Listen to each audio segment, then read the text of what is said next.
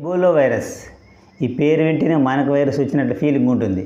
కానీ Ebola virus ముఖ్యంగా ఎవరి వల్ల వస్తుంది, దేని వల్ల వస్తుంది?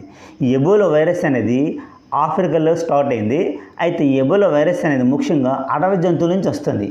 ముఖ్యంగా గబ్బిలాలు, కోతులు, ఇవి కారకాలు. అయితే ఈ ఎబోలా వైరస్ లక్షణాలు ఏంటంటే, ప్రజెంట్ ఇండియాలోనే ఎవరైతే ఆఫ్రికా దేశాల నుంచి వస్తున్నారో లేదా ఫారెన్ దేశం నుంచి ఇండియాకి వస్తున్నారో వాళ్ళకి విమానాశ్రయంలోనే అక్కడే ఐసోలేషన్ వార్డు కేటాయించేసి అక్కడే వాళ్ళకి రక్త పరీక్ష చేయడం జరుగుతుంది. ఈ కారణంగా వాళ్ళని క్వారంటైన్లో కూడా ఉండడం జరుగుతుంది.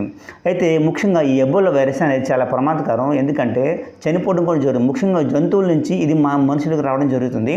ముఖ్యంగా ఎవరి కారకాలు అంటే గబ్బిలాలు, అంతేకాకుండా కోతులు. అయితే ఇది సాధారణంగా మనుషులకు కూడా వ్యాపించడం చాలా చాలా బాధాకరమైన విషయమని.